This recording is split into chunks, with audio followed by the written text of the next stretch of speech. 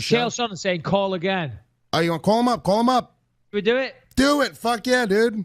Should I call him or you call him? No, you call him on speaker because you're going to be able to have the conversation with him. And we're going to have this all set up with being able to. What? Could you hear it? Yo, what's up, Chael? How you doing? What's happening, buddy? Am I too late? Yeah. No, you're good. We're just recording the recording the podcast, and obviously we're talking about your fight with Rampage at the weekend. Well done, by the way. And Thank you. we just said, you know what? Let's give him a call. Wonder if he picks up. So, welcome to the show. Oh, here we go. Oh, we're recording. This is the show. Oh, we were just visiting, but I get it now. How's everything? Yeah, everything's fantastic, Chael. As I say, well done at the weekend, man. Great performance. I've got to say, I didn't expect the fight to go down quite like that. Do you want to talk us through it? Yeah, so, I haven't rewatched it. I'm really bad at those fights I just at the moment, but it wasn't what I thought. I was over my head in terms of knowing what to expect. I got two partners that are big guys, and they don't every day, they're kind of hobbyists, so I didn't know what I was getting into. Mike, it's not picking up super well right now, bud. So it was a one, and every time he hit me, I felt it. He was digging into my body, and that's better. Big, strong guy. And then as far as trying to tackle him or get him down, that was hard too. I had to have just the right angles, and that's better. It was just kind of a weird thing, man. I chalked it up to a learning curve, and it worked out, and I won the fight. But I didn't really know. I didn't really know what I was getting into until I was in there. Yeah, well, listen. I mean, it looked like you did an amazing job. He talked about I don't know. You had a bet, right? $1,000, or was it $10,000 for every time you got a takedown? 10 times. $10,000. So what are we saying, Chael? I know you said that he owes you a check, and that and I actually believe you when you say this, that you're not going to cash that check, because I know you're a man of your word. You think you're going to see a check or not? You know what? I can tell you this, is he reached out to me yesterday, and he wanted my address to send the check, and he said, I think you had 3. He said it might have been 4, so say it now or forever hold your peace, or I'm paying you for 3.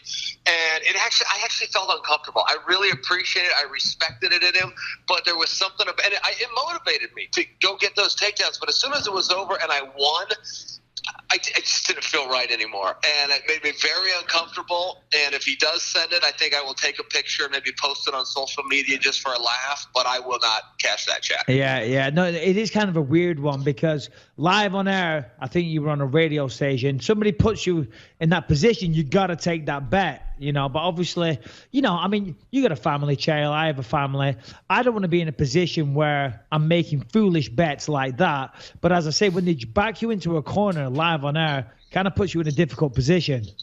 It puts you in a tough spot, yeah. So like you said, if you're a man of your word, once you say it, you got to do it. But it was I'm not taking his money. And I know Rampage makes plenty of it, but just on the old school mentality of, everybody's just trying to feed their family. At the end of the day, I'm not taking anything from his. I'm just not. All right, well, listen, Chael, thanks, buddy. I appreciate this call, but my producer's saying it's not coming through too well. So hopefully we can get you on another time where we set it up a bit more in advance. So I'll let you go now, but well done again at the weekend, and I really appreciate the call. Thank you. I feel terrible. I'm sorry I got a bad reception. Nah. It's production quality at our end. So my apologies. We'll talk again soon, Chael. Kaboom. All right, buddy. Bye-bye. Yo. Great. By the way, it actually sounded good at the end. You were pulled away. It sounded great at the end. We'll have that. Well, here's the thing, dude. We're gonna have the ability to do guests and call-ins. We should be able to just do every week. And between us, we know fucking a million fighters, so we can do call-ins like that, little 10-minute fucking interviews, like nothing. So easy. That was great, though. I love Chael. I'm such a fan of his. Yeah, dude. Chael's great. He really is. And for him to do that, that's why I said earlier, hold on a minute. Should we just give the guy a call? That's great. Because he is very accessible. He's a good guy. Chael Sonnen is a great guy. And that's why, he's a gentleman. He gets a lot of shit, and a lot of people hated him because obviously when people talk shit and they talk trash, he's very calculated. And, when I said before, when I look back in my career and I see things that I regret, it's for a different reason than Chael says it. Chael is very orchestrated. Chael is very methodical. He knows what he's doing. For me in the past, that was me letting my emotions get the better of me. You know what I'm saying? So that's why I regret it. I don't think Chael will have those same regrets because they were, as I said, they were orchestrated, they were planned, and it was all part of the show. Yeah, and also I think a lot of that, the stuff that people hate him for, is very much a character. I think, you know, as an entertainer and as a business person, I look at kind of the way Chael handled his career, and it's like that he literally did the absolute best you could do with kind of what he had, because nobody was really talking about Chael Sonnen. It was very funny. It was very, like, out of nowhere, he kind of just created this moment for himself. So good for him. You just went so dreamy as you were talking about Chael Sonnen, and then you were like, and nobody was talking about Chael Sonnen. It was really cute, really cute. All right, listen, we were going to get to questions. Let's do some questions. Chael called, so fire away. All right, we got a few good questions here. First question, this is from Wing. The guy's name is Wing. Hi, Michael. I'm a big fan of your podcast. Lewis, you are also a great sidekick. Go fuck yourself. Thanks for almost weekly content. Go fuck yourself again. Almost weekly, yeah, go fuck yourself. Always a big highlight of my week. My question is, in a street fight situation, which martial art do you think is the most effective if you could only pick one? Oh, God, here we go again. Wing, thank you for the compliments. Thank you for insulting Lewis, because God knows, I feel like Lewis needs bringing down a peg or two, so well done, Wing. All right. Martial art, did he say, Lewis? Yeah, one type of martial art, and I consider boxing a martial art. I consider combat training. Yeah, I'll tell you right now. Old school Japanese jiu-jitsu, Japanese combat jiu-jitsu. That is MMA. I used to do. That's how I started. I started off doing Japanese jiu-jitsu when I was 8 years old. And all martial arts came from Japanese jiu-jitsu. It's the oldest martial art. I think it's like over 5,000 years old. And karate took the striking from Japanese jiu-jitsu and made it better. Judo took the throws, made them better.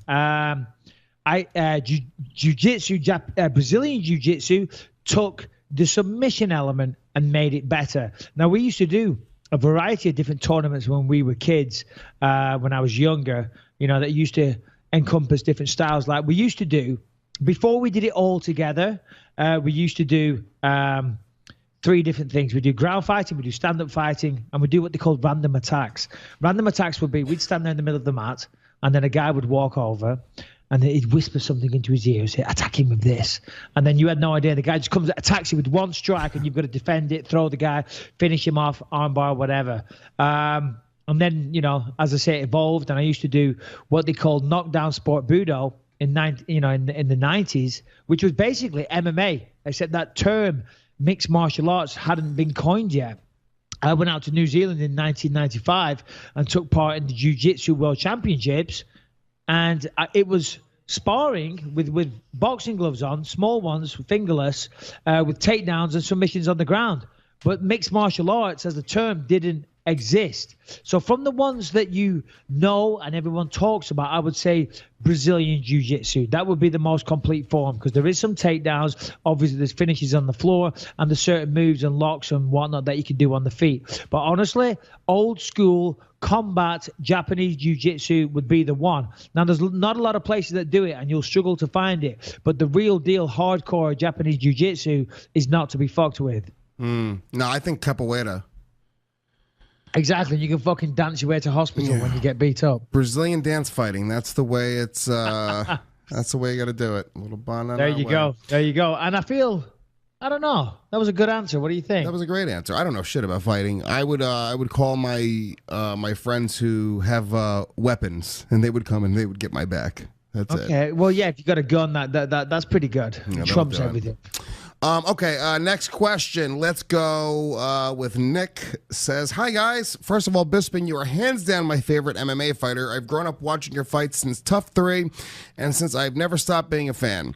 Humble as hell, killer takedown defense, and you knocked Rockhold out, who I can't stand, LOL. But all right, my question is, what would be your perfect main card for a UFC event? Past or present fighters, anybody could be in the fight. Gomez too.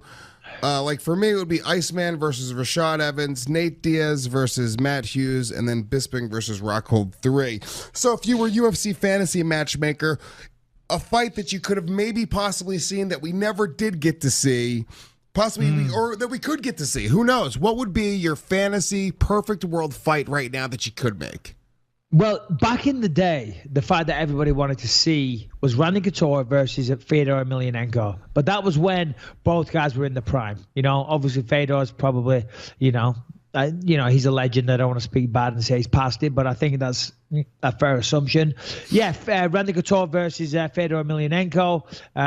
Chuck Liddell would have to be on there. I don't know. I mean, that's a tough one. I hate that because as much as I respect so many fighters, I don't really fanboy out on them too much. You know, I get asked all the time, who was your inspiration? I'm like, well, not really. I didn't really have any inspiration. I was kind of my own inspiration. My children and my family inspired me to try and make something of myself, you know? So, that's a difficult question, although I do appreciate you sending it in. I'll give it some thought. Maybe I'll put it on Twitter on the BYM handle.